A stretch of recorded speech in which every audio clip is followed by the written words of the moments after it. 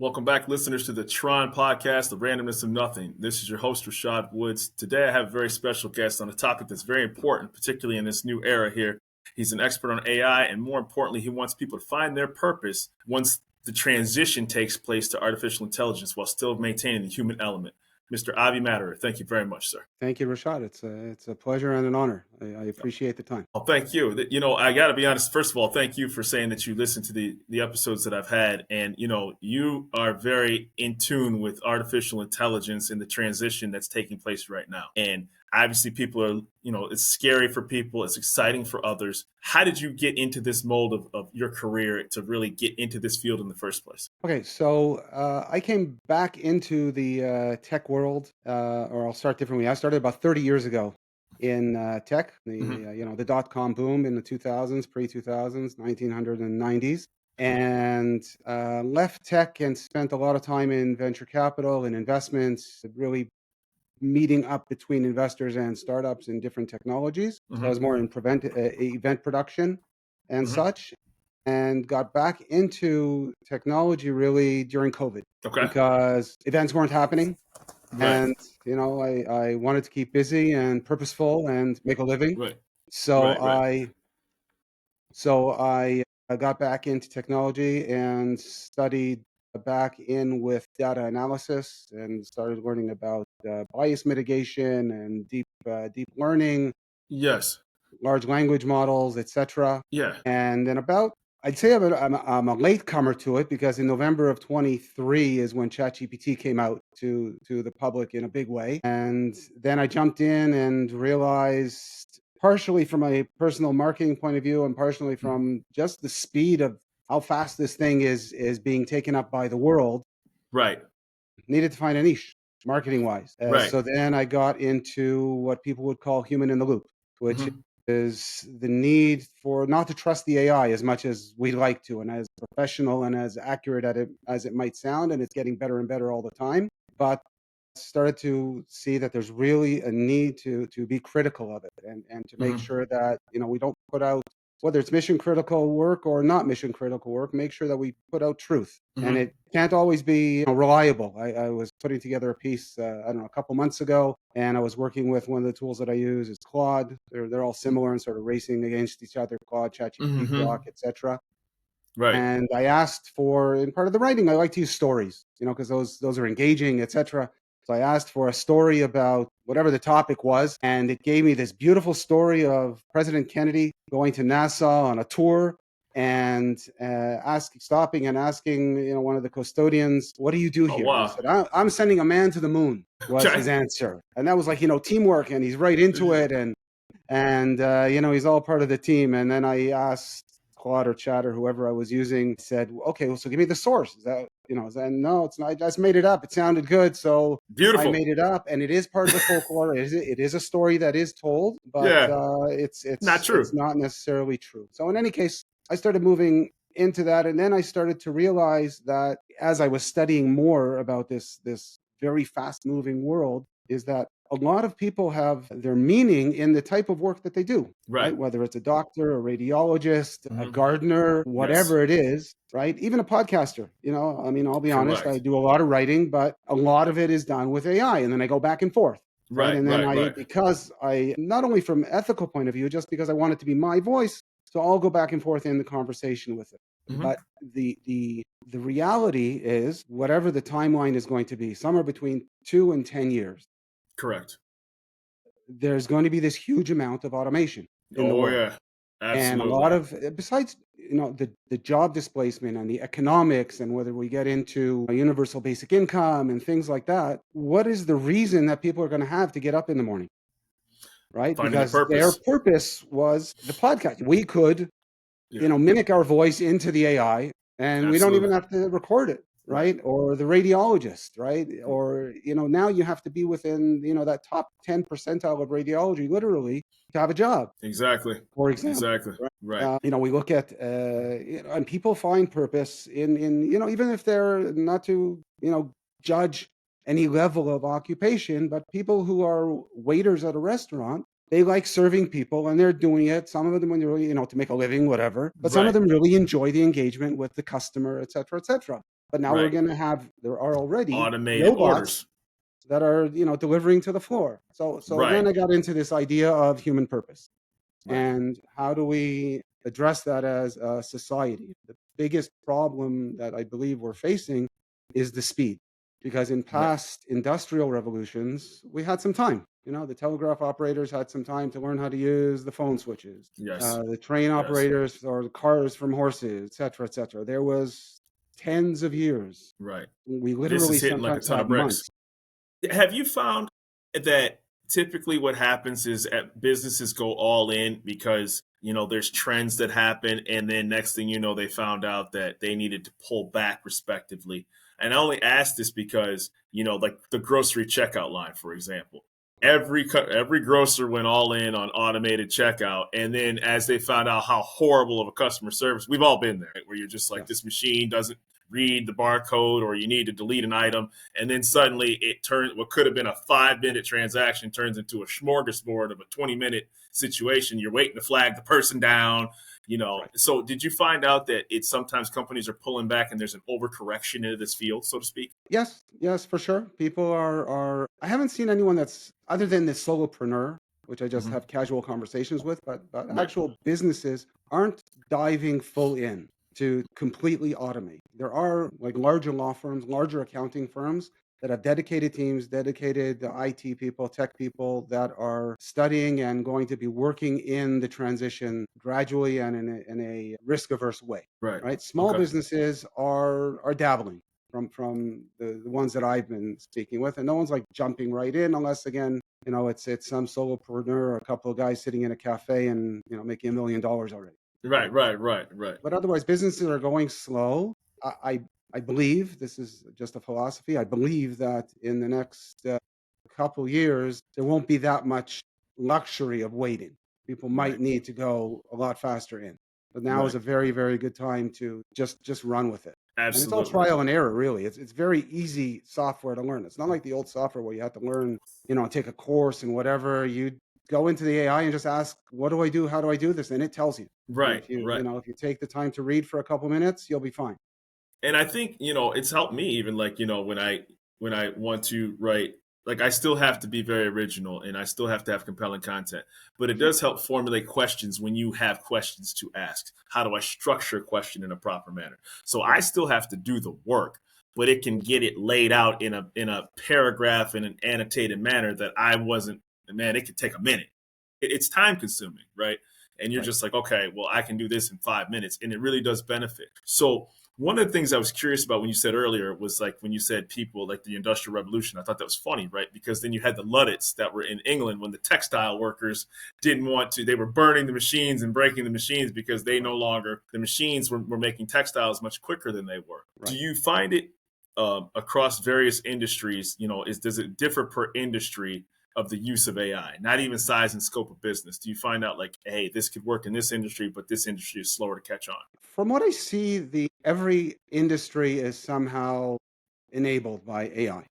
Right.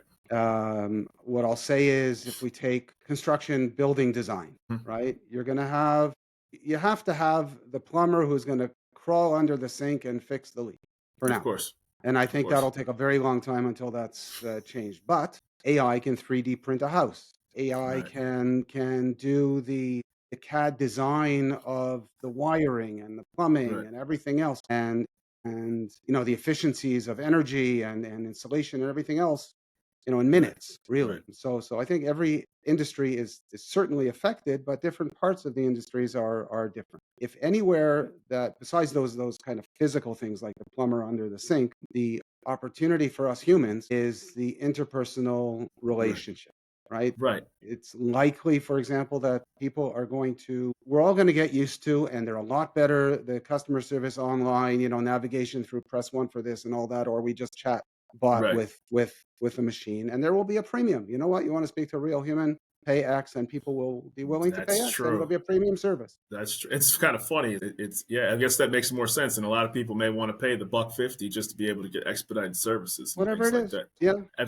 For sure. So I thought it was interesting when I was obviously looking up what you offer in your consulting, your services as well too. You're assisting businesses, and you also Sure. help people find purpose in this new age of the second age of the industrial revolution.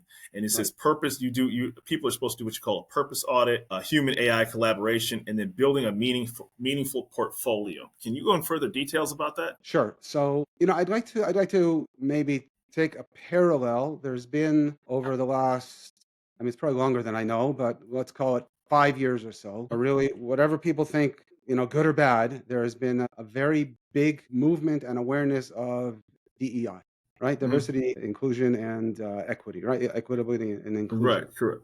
So corporations and businesses and societies and cultures all had this and still have this push towards working towards, common ground, acceptance, Right, tolerance. I don't like the word tolerance because it sounds like, I don't like you, but I'll tolerate it, right? correct. But the difference here is that was outward, and what's coming up now is inward. What's my Hmm. place in society? What's my place in the world? And Right, I think that whole movement of DEI might actually be a great primer for society and for organizations to help people find their purpose. Right? We're going to have people whose jobs and the big expectation, getting back to what you were asking about regarding businesses and if they're implementing already, is the immediate expectation of companies is not to let people off, but rather to expect higher productivity, yeah, yeah, right? Now, true. then you get into a question, well, how much stuff do we need in the world? Right. Right, So if it's, solving medical problems, solving poverty, solving climate issues, et cetera, then for sure, let's be as productive as possible. Right. But right. how many iPhones do you need? Right. Or how many new buttons That's do the you need on your metric. iPhone or whatever? Right. Right, How right. many gadgets, etc. etc. So with that, the core to finding people's purpose is really to go deep down and find out what it is that they enjoy, what it is that energizes them, what it is that Mhm. that attract what are they attracted to, what types of problems do they like to solve. And Right. then once they create that inventory, getting to your question, once they create that inventory, then they can work further on their Mhm. own or with someone like myself, etc., and match those to the skills that they have already, Right. to the environment that they're already working in or applying to. It could also be just societally because we're getting to now the big wave in the curve of the baby boom. There's a lot Correct. of older people coming in that are going to need care, and there might be that premium situation where you're going to have the robot providing the companionship for the elders, and there might be the younger people, right? Right. Touching on universal basic income. I Right. don't know if people are generally aware of that, but it could possibly be that if there are large layoffs from income, then government, however that's taxed, and it's a whole big problem, right? But Right. if people are given a universal basic income, Mhm. then they have time in their hands, and Right. the models that people are talking about from universal basic income UBI is not that you're going to get, if someone is making $100,000 a year, they're not going to get $100,000 of UBI, right? Right. They're going to get whatever, 20, 30, 50, right? And they're still Mhm. going to need to make more. So there might be like conditional UBI. Okay, if you contribute to society in a certain way, a little bit socialist maybe, but if you Right. contribute to society in a certain way, then you get, X more, Right. right? That kind of thing. But the important foundation of that is finding within yourself what is that inventory? What is that list of things that you're attracted to, energy wise? What are you compelled towards? What are you good Mhm. at, etc. And then those things will help you move towards the purposeful Right. occupation or tasks that you take on from day to day. What responsibility do you think that these companies that are implementing these AI have to their employees to either say, "Hey, these are the skills you're going to need. This is the implementation," because it can be a situation where obviously you consult and you do speaking and you keep Right. people engaged, and this is really your level of expertise. How is the response from employees and management to employees? The management and the companies, the corporations, organizations, all the ones that I have worked with, Mhm. all have a sense of an ethical, moral responsibility towards their employees. They're all encouraging just going in and using the AI and doing it. People don't companies are doing a little bit of training around it, but Mhm. it's not that critical on the technical level. But there Right. are companies that are are giving courses and education on critical thinking, on bias mitigation, on fact checking, etc. So that for sure. But they feel a responsibility towards those employees because this is a big change, and they do want to keep within the organization those people that are, they want to retain. Right. They don't want to make it a free for all and say, may the best person win. And you see, and I mean, every article now pops up when whether you're in Google or Yahoo News, Bloomberg, etc., and it says that a lot of these office roles, a lot of these clerical duties, like they don't need the people. People can say obviously there's positives to it, but there is if you needed an intern to quote unquote make copies and make spreadsheets and make files, well, now you really, like, I'm not going to say you don't, but there's an expense from a company that they simply don't have to administer in their payroll. Well, it's off. Is there a trickle down to from the universities and the college and the high school level to say you're going to need to transition to these level of careers and pivot to this because the copywriter, so to speak, is not really there, or the errand runner for making Excel spreadsheets may not be there because this person can just pay a subscription fee to an automated AI service and it can do it for them. Right. And I'll add a little bit of a nuance to that as well. Another challenge to that is you're basically addressing entry-level positions. Yes. And you have people that have 5, 10, 20 years experience. And those 5, 10, 20-year experienced people are going to be, for the companies that last longer, are going to be leaving at some point. Right. And there's nobody coming up through the pipeline gaining that experience. Right. So that's also part of the problem. Right. It's not just, well, we don't need you. So the businesses are working more towards the hybrid office where you're going to have a manager, and that manager could be a young guy, right? It could be, someone that's just coming in as entry level. But correct. First of all, they were born with a cell phone or a smartphone in their hands already. That's all they know. They're flying, so they're already fine, right? They're picking up the AI, just as quick as anyone in any case. They just don't have the life experience, right? Correct. And then that gets back to that idea of basically humanistic education, right? It touches on things like literacy, for example, right? Where if you have literacy, when I ask people what does literacy mean, so they'll say reading and writing, right? But I noted this down here. There's a UNESCO. It's a very good definition of what literacy is, according to UNESCO. So here's the Merriam-Webster: the ability to read and write.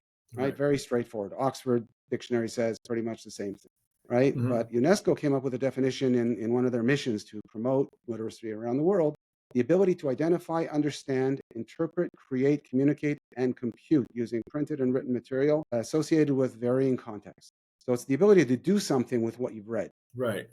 So that's where the companies are now investing more in, especially with all this prepared information that we have. Don't just take it at face value. Right. Not only not taking face value, being creative with what you're being presented with.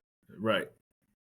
So that's the direction that companies are taking is really it's to, again, educate and internalize and deepen the human aspect of what their employees can do, and that's what they can do with the incoming entry-level candidates that are coming in. Be more well-rounded and don't just obviously, hey, I spit this out and I'm presenting this report. Did you analyze it? Did you fact check it? Is it presentable, or are you just going to quote unquote take the easy way out and just basically speak it and then spit it back out to you? Right. Or even, yes, and just thinking off the cuff here, one way to address that, because they don't have that 5, 10, 20 years experience of the person that's been working the Excel sheet, right? Or the journalist or whatever it is just know and remember, almost on a checklist, to go into chat or Claude or whoever and say, play the other role. What am I missing here? Absolutely. Right? If you're a lawyer going into litigation, what's the other side going to throw at me? That kind of thing. That makes a lot of sense too. And it's not only the fact checking, it's daring to, it's that DEI thing. Tell me about the other side. Let's learn about what the other perspective is. So I also thought it was very interesting. You said I was reading, you said it's a bridge generation, transition from human dominance to AI collaboration, which kind of leads into the same thing. So obviously people have this, Terminator 2 thought in their head. We all seen the movies. We've all seen iRobot and all these things where suddenly, the Jetsons kind of thing where the maids do it, the robots doing everything for you. And obviously we're very far, I would like to think, from that particular era. where do you what's a typical day like you with a client when you're introducing all of these new things and you've kept your skills up to par and you say this is going to be best tailor made for this specific business or this company or this solopreneur? Where do you how do you have that conversation with people? Okay, so I think you asked two questions. One, you asked for clarity on what the bridge Yes. generation is, Yes. right? And then how do we handle within the company? So the bridge generation is basically us. We're Yeah. the ones that have, you know, I think you're younger than I, but Yeah. I've got 30, 40 years of work experience, Right, right? right, right. And life experience and Yes. etc. And the people that are, the 20-year-olds, right? They don't have that life experience. And we're Yes. the ones that can inform and teach that younger generation how to Mhm. have that humanistic perspective and insight and empathy, etc. Right? Yes. And how to approach the AI as not just an automated tool that just does the work for us, right? Right. Because if we're going to move forward as civilization, really, and that's kind of a nuance that I've been playing with as well. This isn't an industrial revolution. This is a societal, cultural, civilization revolution, Right. right? Right. Because it's happening so fast, Right. right? So, Right. and then as far as companies are concerned, or one-on-one and solo practitioners, whoever I'm working with, it's basically the same idea. Let's remember that we're in control, right? Mhm. We are the ones that dictate to the AI what we want, and we can accept or not accept what we Mhm. want. And probably one of the most important things that we can do as humans is to keep learning, right? Right. There's a concept that's very popular now called lifelong learning, right? And Absolutely. it's and just Absolutely. keep in technology, in history, in society, in civics is so important today. Right? And Right. all these things not only enrich us as human beings, but mitigate the threat of AI, or our own personal, perhaps, inclination to accept AI and what it delivers to us at face value. Correct. I think it's important too because, even like this podcast, right? So there's nothing that I could have AI'd that could have allowed me to have this conversation with you, right? And you're obviously an expert in this field, and we didn't talk much about yet your public speaking, your consulting, and I certainly want to just dive into that for a minute. But Sure. I still have to ask you these questions. I still Yeah, of have to course. have engaging content. It doesn't substitute me talking to you and having these conversations. And to your point, that's how you have that human connection and that deeper meaning and be able to navigate. It's like a teenager who never actually sits, they text all the time, but they can't hold a 5 minute conversation, so to speak. Right. There's no substitute for that. Right. Right. So it certainly helps. And so thank you for making that clarification. Okay. I did also see that you also do public speaking, you do engagements and things like that. So can we touch briefly on that? Sure. I right now I speak with smaller groups within companies themselves, business organizations, webinars. Not yet at Tony Robbins stage, Yeah. but that is one of the visions.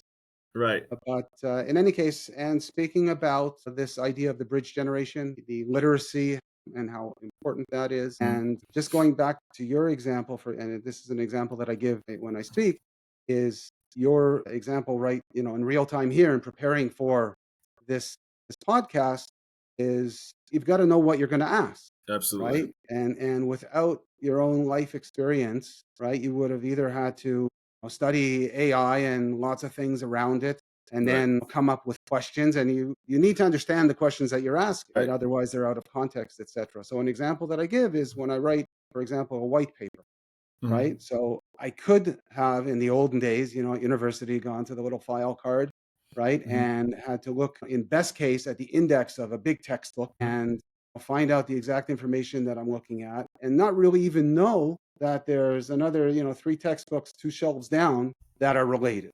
Right. So Right. now when I'm writing a white paper, I'm saying, okay, these are my ideas. I'm going into AI, right? Mhm. And I'm saying, these are my ideas. I think there's a connection here and there. And that comes from, our own life, human life experience, Mhm. right? And then it'll tell me yes or no or whatever, or what do you think of this? Or that's a great idea, or no, that's not a great idea, whatever it is, right? And then Right. it'll give me different sources.